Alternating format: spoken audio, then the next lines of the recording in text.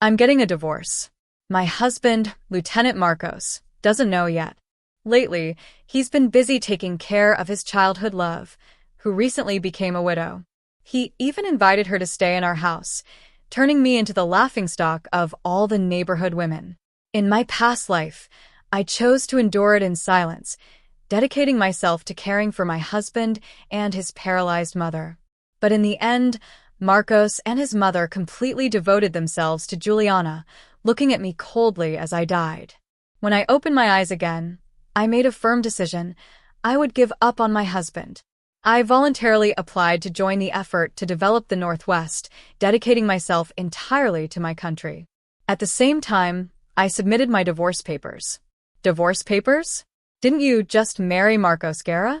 My supervisor frowned in surprise. Getting divorced after just over a year was quite rare in the 1980s. We're not compatible. We would have ended up divorcing sooner or later anyway, I replied. Does Marcos agree to the divorce? He asked. I showed him the last page with Marcos's signature. He was usually a firm and steady person. I hadn't expected him to agree, but just as I handed him the papers, a guard suddenly knocked on the door. Lieutenant, Miss Juliana Estrella has arrived and is waiting outside. Upon hearing Juliana's name, Marcos signed the papers without even looking at them. My supervisor confirmed that it was his signature, then sighed and said, "All right, if you both agree, there's nothing more to say. However, according to regulations, since you're divorcing so quickly, they might send a mediator to try and reconcile you." Seeing that he had relented, I handed him my application for the Northwest Development Project. He looked at me in surprise, but, in the end, only sighed again. If you're sure about this, so be it. Marcos's mother is also quite difficult. Going to the Northwest might be good for you. Even outsiders knew that my mother-in-law was complicated. I smiled and said, helping to develop the Northwest of our country was also one of my father's wishes. He always wanted to contribute to the nation. Hearing this, my supervisor nodded approvingly. It's good that you have that mindset. But you applied late. The team leaves in just 7 days. You don't have much time. Go home and prepare to leave. I nodded, thanked him, and left with the approval letter in hand. For some reason, I felt lighter. If I had known that divorcing Marcos would be this simple, I wouldn't have let myself be trapped for a lifetime. In my past life, I only realized on my deathbed how much he resented me for taking the place of his wife, when the only person he had ever truly wanted was Juliana. If that was the case, in this life, I would simply let them be together. When I arrived home, Juliana Estrella's luggage was already filling the living room. She stood next to Marcos Guerra, her large pregnant belly evident, laughing nonstop. Marcos was teasing her playfully, his hand hovering near her back as if afraid she might stumble. I made eye contact with Marcos. He was tall and imposing, his body hardened by years of military service. His eyes held only a cold, piercing light that kept people at a distance. Even though I was married to him, his gaze toward me had always been just as cold and distant. Marcos had grown up on a military base, raised under the highest standards from a young age. I, on the other hand, had grown up in a rural village. In his words, we were from different worlds. The only reason I was able to marry him was that my father had sacrificed his life to save Marcos's father, entrusting me to him on his deathbed. Even after marrying me, Marcos looked down on me, thinking I was poorly educated and carried the air of poverty with me. Meanwhile, he and Juliana were childhood sweethearts, the perfect couple, him in the military, her devoted to literature. If it weren't for me, they would already be married. I tried to walk past them to my room, but Marcos awkwardly said, "Greta, I cleared out our bedroom so Juliana can stay in it."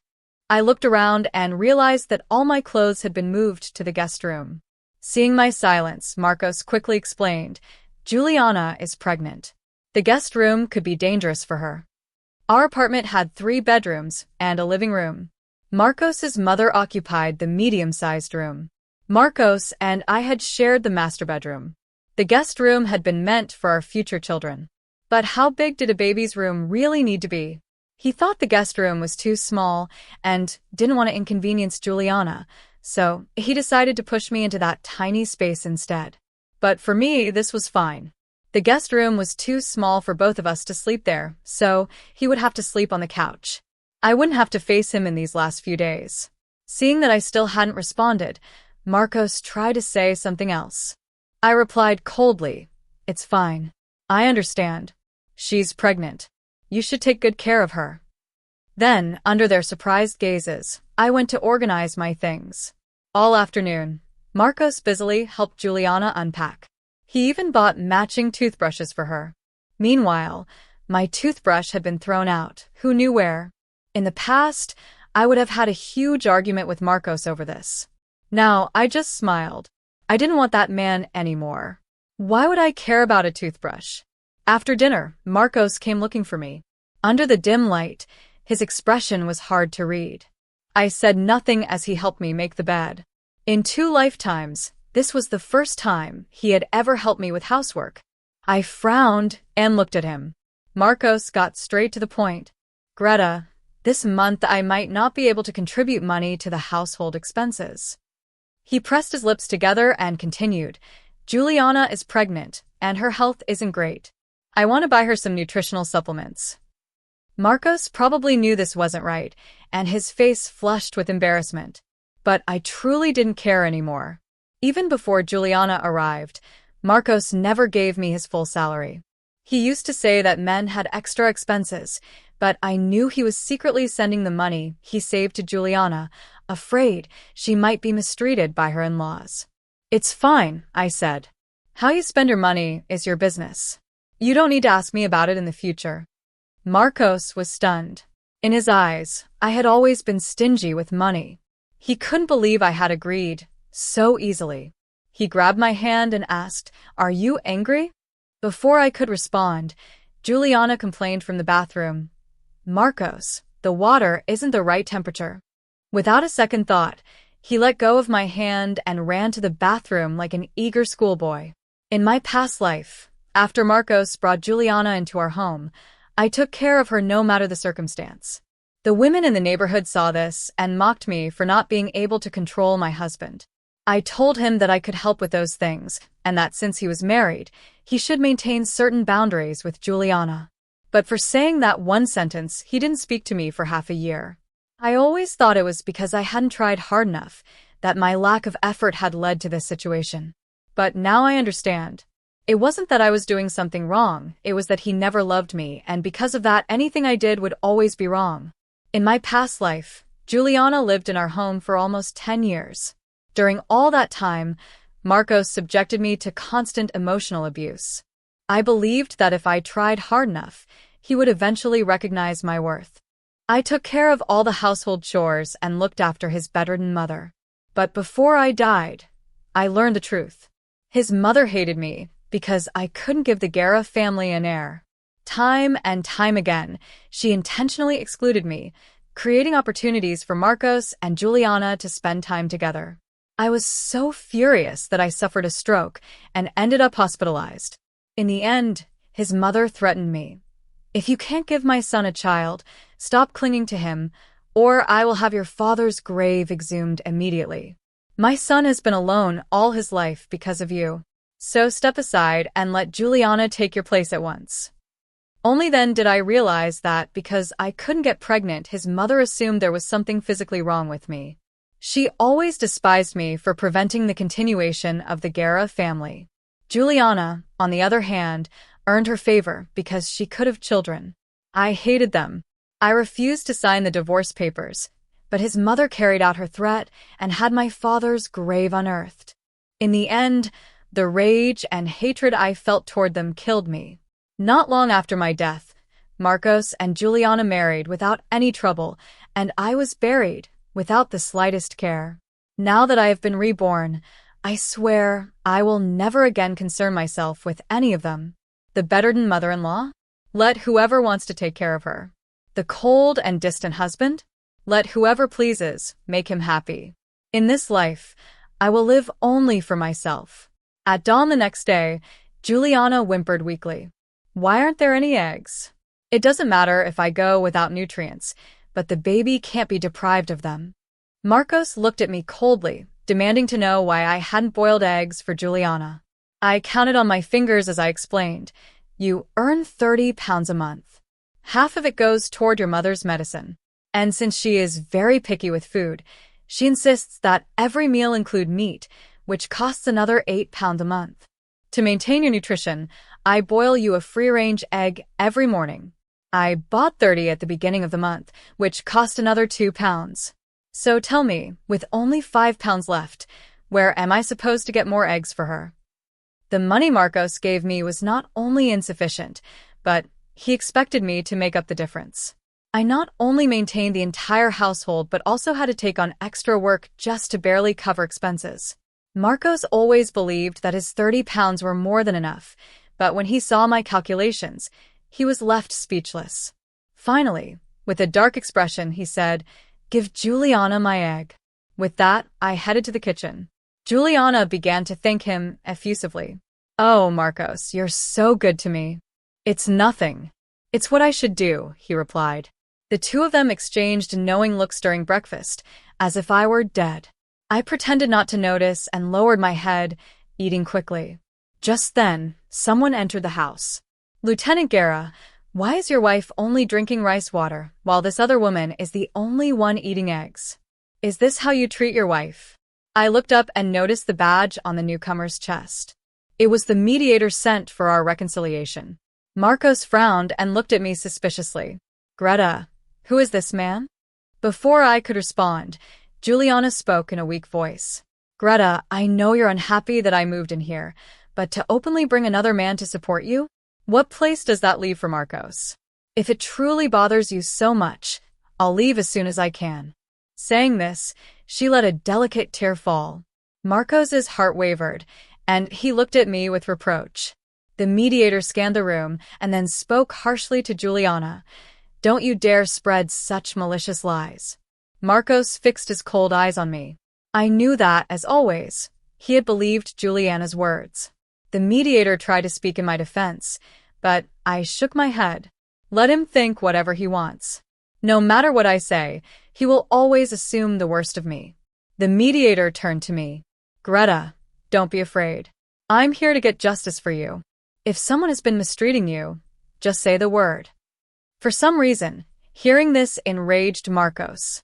He grabbed the mediator by the neck, furious and ready to strike. I rushed to stop him. "What is your relationship with him, Greta?" Marcos spat at me. "He's defending you. Do you think I'm dead?" My heart froze instantly. Every day, I woke up early and went to bed late, doing all the housework and caring for his sick mother. Any spare time I had, I used to earn money for the family. And yet, in his mind, I still had time to be with another man? I looked at him with a coldness I had never shown before. We stood there, staring at each other, neither willing to back down. Sensing the tension, the mediator sighed. "If things are like this, I don't think mediation will help. Divorce would be best." "Divorce? Divorce?" Marcos exploded. "Oh, Marcos, my stomach hurts so much." Juliana clutched her belly and collapsed. Without hesitation, Marcos rushed to comfort her. The two of them embraced like a real married couple. After a while, Juliana's face remained twisted in pain. Marcos picked her up and ran out the door. Juliana hinted that I had poisoned her breakfast, and Marcos actually believed such an absurd accusation. Before leaving, he warned me, "Greta, you better hope I don't find out you did something to her food. If you did, don't blame me for forgetting our marriage." Hearing those words, I had to grab onto the table to keep from collapsing. In his eyes, I was vile and ruthless enough to poison a pregnant woman. The mediator steadied me and finally said, "There's no point in mediating this. Don't worry, the divorce papers will be ready in a few days." Hearing that confirmation, I let out a sigh of relief. Now, I was sure I had to leave Marcos Guerra. Juliana had slandered me time and time again, and he never believed me. The human heart is made of flesh, and this is how, little by little, it loses hope. After bidding the mediator farewell with relief, I turned to find Marcos's mother sitting in her wheelchair behind me. "Divorce?" she said in a sharp voice. "So this is your lover?" You dared to betray my son and be with another man? I gave her a cold look. She shrank back slightly, losing her aggressive tone. I will divorce your son, I reminded her. But I was never unfaithful. Mrs. Guerra had always had a venomous mouth. If she decided to say I was unfaithful, by tomorrow the whole neighborhood would be murmuring that I had a lover. In my past life, even though I only worked outside to earn money, she insisted that I was seeing another man. She embellished the story and spread it among all the neighbors. Before I knew it, my reputation was ruined. No one wanted to have anything to do with me. When I told Marcos, he just said indifferently, "If everyone else can make friends except you, maybe you should reflect on that, Greta." Thinking about that plunged me into depression for a long time. I was on the verge of ending my life. But in this life, I absolutely refused to destroy myself again. Ignoring his mother's furious gaze, I went into my room to pack my things. From the yard, Mrs. Guerra continued making venomous comments. You can't have children, so now you're clinging to another woman's baby. Some people are just that cruel. I smiled to myself. What was the use of being able to have children if I ended up giving birth to someone like Marcos Guerra? I would probably regret it for the rest of my life. For several days, Marcos Guerra didn't return home. Meanwhile, someone came to deliver the divorce papers. When I finally saw Marcos again, I thought I was hallucinating. He returned in a hurry, his face tired from the journey, and spoke with a trace of guilt in his eyes. I was wrong to blame you that day. Juliana was just having normal contractions. Marcos placed some chocolates in the palm of my hand. He rarely treated me well, let alone bought me something as expensive as chocolates. He was only generous with Juliana. He looked at me cautiously, his eyes filled with expectation. I ignored his gaze and placed the chocolates on the table. When I stood up, Marcos grabbed my wrist. Why won't you eat them? I pulled away and took a step back. Why should I? He frowned and said anxiously, Don't you like them? I bought them for you. Why won't you try them? Only he thought I liked chocolates. Marcos always assumed that since I came from the countryside, I hadn't tasted many expensive things. When we got engaged, he gave me a chocolate that Juliana loved. He thought that if Juliana liked it, then I must love it too. That day, he looked at me with the same expectation, and to avoid embarrassing him, I forced myself to eat it in front of him. From then on, Marcos believed I truly loved chocolates from the city. But in truth, I hated their cloying bitterness. I only ate them because they came from him. Now, just the smell of chocolate made me nauseous. Thinking about how many of those chocolates he had given to Juliana, I pushed them aside and ran to the bathroom to vomit. Marcos stood at the door, his face as dark as a storm. It wasn't long before he moved my things back into the master bedroom himself. He pulled me to sleep together again. Fortunately, I had already prepared 2 separate mattresses, so we slept on opposite sides of the bed. After a while, Marcos finally spoke. Greta, my mother wants you to go to the hospital for a checkup. In the darkness, I frowned, wondering what his family was planning now. Then Marcos explained, We've been married for quite some time and still haven't had a child. You should get checked to see if there's a problem with your body. I remained silent for a long time. Memories of my past life surfaced and made my heart ache. Finally, I said, All right, I'll do the checkup. But just to be sure, you should get checked too. That way, we'll know whose problem it really is. Marcos didn't think much of it. He was convinced he couldn't be the problem. But in my past life, I had already done tests in secret. The results confirmed that there was nothing wrong with me. To avoid hurting his ego, I never mentioned it. The next day, after Marcos and I finished our checkups, we unfortunately ran into Juliana, who had come to the hospital for her prenatal checkup. Marcos explained a reason for our visit. Juliana covered her mouth and laughed. Marcos, you can't force a baby to come. You're being too impatient. But I have some secret tips. Step outside, and I'll tell Greta in private. That way, you can have a child faster. I immediately refused. I don't want to hear it. You don't need to say anything. My woman's intuition told me that Juliana was not on my side. There was no way she would share any secret that would actually help me. But Marcos stopped me. Greta, I want a child soon. Listen to what Juliana has to say. It won't take long. With that, he left the room and closed the door behind him. I looked at her warily. She approached and took my hand in a friendly gesture. I felt uncomfortable and pulled away. After making sure Marcos was far enough away, her expression immediately changed. Greta, tell me, do you think Marcos will choose you or me? Her eyes were full of triumph. In my past life, even though I was Mrs. Guerra for decades, Marcos's heart had always belonged to her. In this life, even while carrying another man's child, she was still the most important person to him. But suddenly, I just smiled. If she wanted to win, fine. I would let her have Marcos. I turned to leave, but Juliana grabbed my wrist and said, "Today, I'll show you who Marcos really belongs to." Just as she finished speaking, Juliana collapsed onto the floor, supporting herself on her hands. My hand was forced onto her body. "Marcos," she screamed. When he burst into the room, the first thing he saw was me, seemingly pushing her to the ground. I immediately tried to explain myself. It wasn't me. Marcos looked at me furiously. "There are only two people in the room. If it wasn't you, are you saying Juliana fell on her own?" "Well, you'll have to ask her," I replied coldly. Juliana moved her hand away, and her voice began to tremble. "Blood. There's blood." With teary eyes, she looked at me and sobbed. "Greta, if you wanted to hurt me, you could have just hit me directly. But why would you hurt my baby?" Marcos turned his head and saw traces of blood beneath Juliana. His face immediately darkened.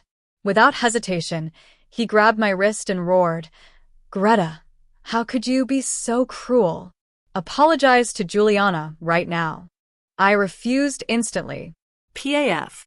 The sudden sound of a slap made my head ring. Marcos looked at me in shock, as if he himself couldn't believe what he had just done. His expression showed a flash of panic. He reached out to touch me, but I blocked him before he could. With an icy voice, I said, "Get out." On the floor, Juliana rolled from side to side, clutching her belly. "Marcos, I think I'm going into labor. Please take me to the doctor." Without wasting a second, Marcos picked her up in his arms and ran. Before crossing the door, he turned to me and said, "Greta, wait for me here. I'll be back soon to clear all this up." But I no longer cared what he had to say. Whether intentional or not, he had hit me. Since I was a child, not even my own father had ever laid a hand on me. I would remember that slap forever. Besides, he wouldn't be back so soon. When it came to Juliana, Marcos always panicked. Accompanying her through childbirth would take at least half a day. The main team leaving for the Northwest Development Project was departing today. I didn't wait for him, like he asked. I left the hospital immediately. In the hallway, a doctor approached me and handed me 2 envelopes. "Here are the test results from today." I took both Marcos's and my reports without showing any expression. I already knew what they would say. Just like in my past life, all my results were normal. Without changing my expression, I placed the report and the divorce papers in the most visible spot in the house. And without a single trace of nostalgia, I left. After leaving Juliana in the delivery room, Marcos unconsciously walked out of the hospital. "Marcos, aren't you going to stay with me?" Juliana, with tears in her eyes, clutched his sleeve. Marcos looked at her, but for some reason, a feeling of anxiety overtook him. Finally, he pulled his hand away and said, "I'm going to check on Greta." Juliana gripped the sheets in rage. Marcos searched the hospital for me, but couldn't find me. Finally, a doctor frowned and asked, "Are you looking for the lady from before?" She already left. Then, with disdain, he scolded him, "Your wife is giving birth, and you're tangled up with another woman? From your uniform, you look like a soldier. How can you do something so foolish?" Marcos's shame was so great that he wished the earth would swallow him whole. He could barely mumble under his breath, "The pregnant woman is not my wife." Ever since he brought Juliana to live with him, people assumed they were a couple. He had tried to clarify it several times, but Juliana always stopped him, smiling and saying, The innocent don't need to explain themselves. Why should we bother? At the time, Marcos thought she was right and never tried to correct it again. But now, instinctively, he wanted to fix that mistake. The true Mrs. Guerra was Greta. No one else. Marcos rushed home immediately. He searched everywhere but couldn't find Greta. He entered her room and noticed that the bag his father had given her was gone. He called the guard to ask, "Lieutenant, I think the lady left with some belongings." Marcos felt his world crumble. She left. Since they got married, Greta had never left without telling him. She was always at home, cooking for him or taking care of his mother. She never went out. "Why didn't you tell me anything?" he suddenly roared. The guard trembled with fear but still reminded him, "The last time you argued with your wife, you ordered us not to inform you about her movements." Marcos fell silent. He remembered that he had indeed given that order, but he never imagined Greta would actually leave without saying a word. When the guard left, Marcos collapsed onto the bed, completely dazed. His mother called his name several times, but he didn't respond. "Greta is gone, Marcos. I think this is for the best. After all, you only married her out of obligation. Besides, what use is a hen that doesn't lay eggs?" Mrs. Guerra spat out her words with disdain. Marcos had never stopped his mother before, but this time, his anger exploded. Enough! His mother looked at him in surprise. It was the first time her son had defied her over a woman. Marcos had always thought Greta was uneducated and lacked manners, but her father had saved the Guerra family's life. That's why Marcos couldn't refuse to marry her. However, he also couldn't stand being pointed at by others. He sat there, lost in thought, until suddenly, he stood up. He was going to find her. But at that moment, someone appeared at the door holding a document. It was the mediator. "Lieutenant Guerra, this is Greta's additional authorization document." Marcos took it and froze when he read it. "I, Greta Torres, voluntarily present myself to participate in the Northwest Development Project. If any accident occurs, I will take full responsibility. No one else shall be held accountable." Marcos's heart sank. He grabbed the mediator by the collar, his eyes bloodshot. "Greta went to the Northwest? How is that possible? I'm her husband. Doesn't she need my consent to leave? Isn't there something wrong with your procedures?" The mediator sneered. "Now you remember that you're her husband? You were giving another woman eggs while she drank rice water. Did you ever bother to count how many grains of rice she had on her plate?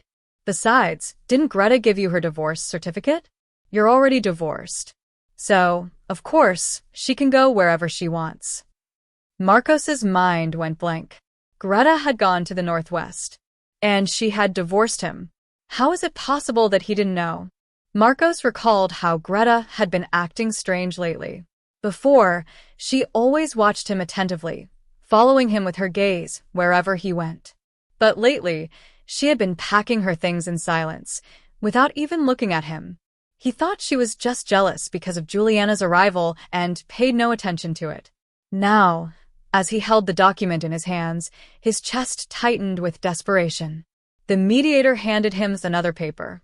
"Lieutenant Guerra, this is your signature." Marcos's hands trembled as he held it. He looked down and clearly saw his own handwriting on the signature line. Suddenly, he remembered that night when Giuliano arrived. Greta had handed him a document to sign.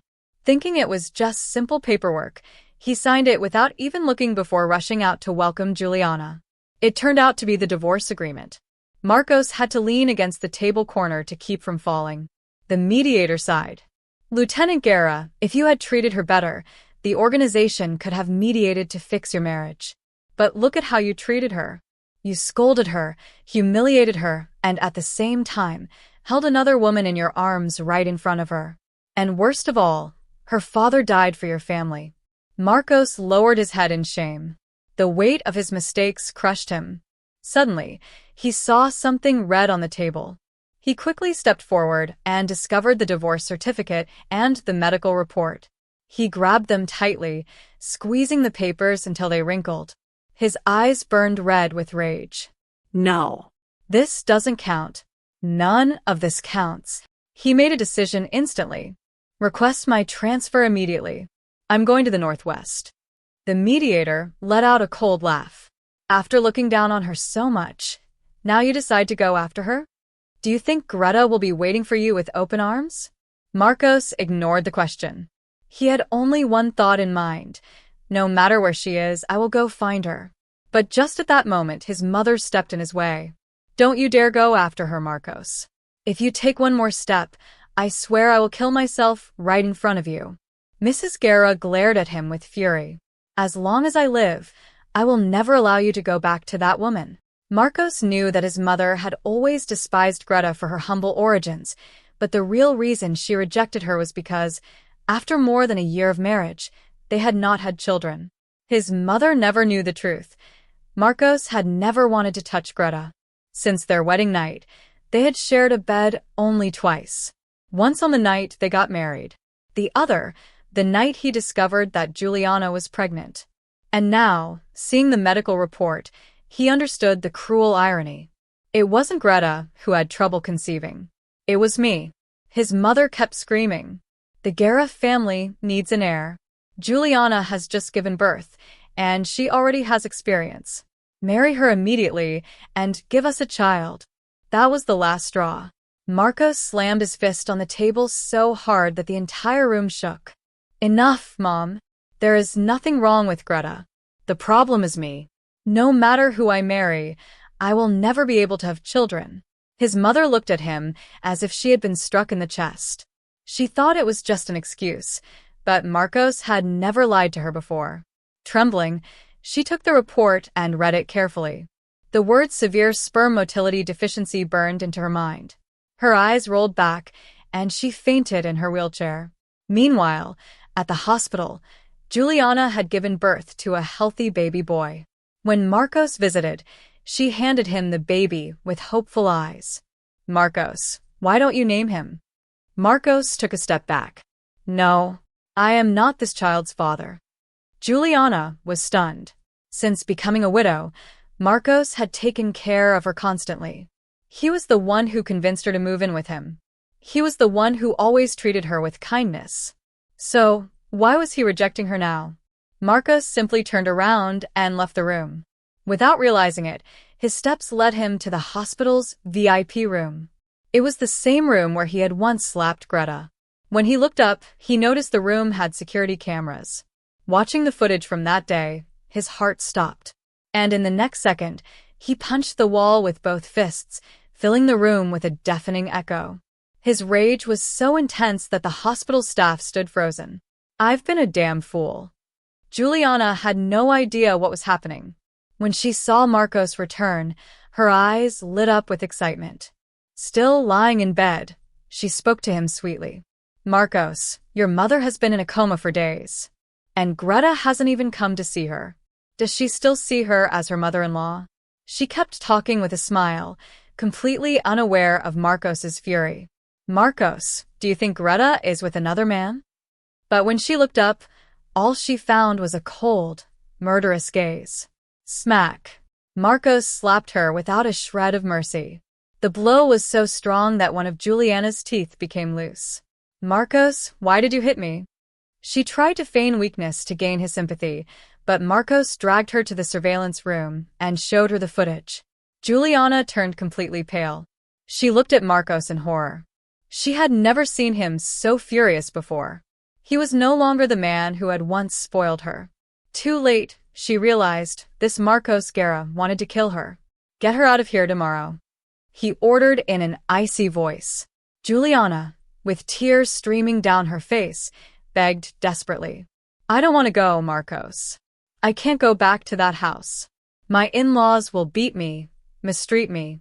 I just want to be with you. But Marcos no longer believed her. Without looking back, he walked away.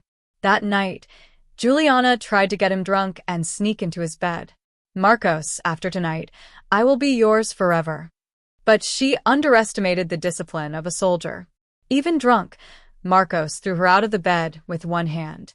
The impact broke one of her ribs. And the next morning, she was thrown out of his life forever.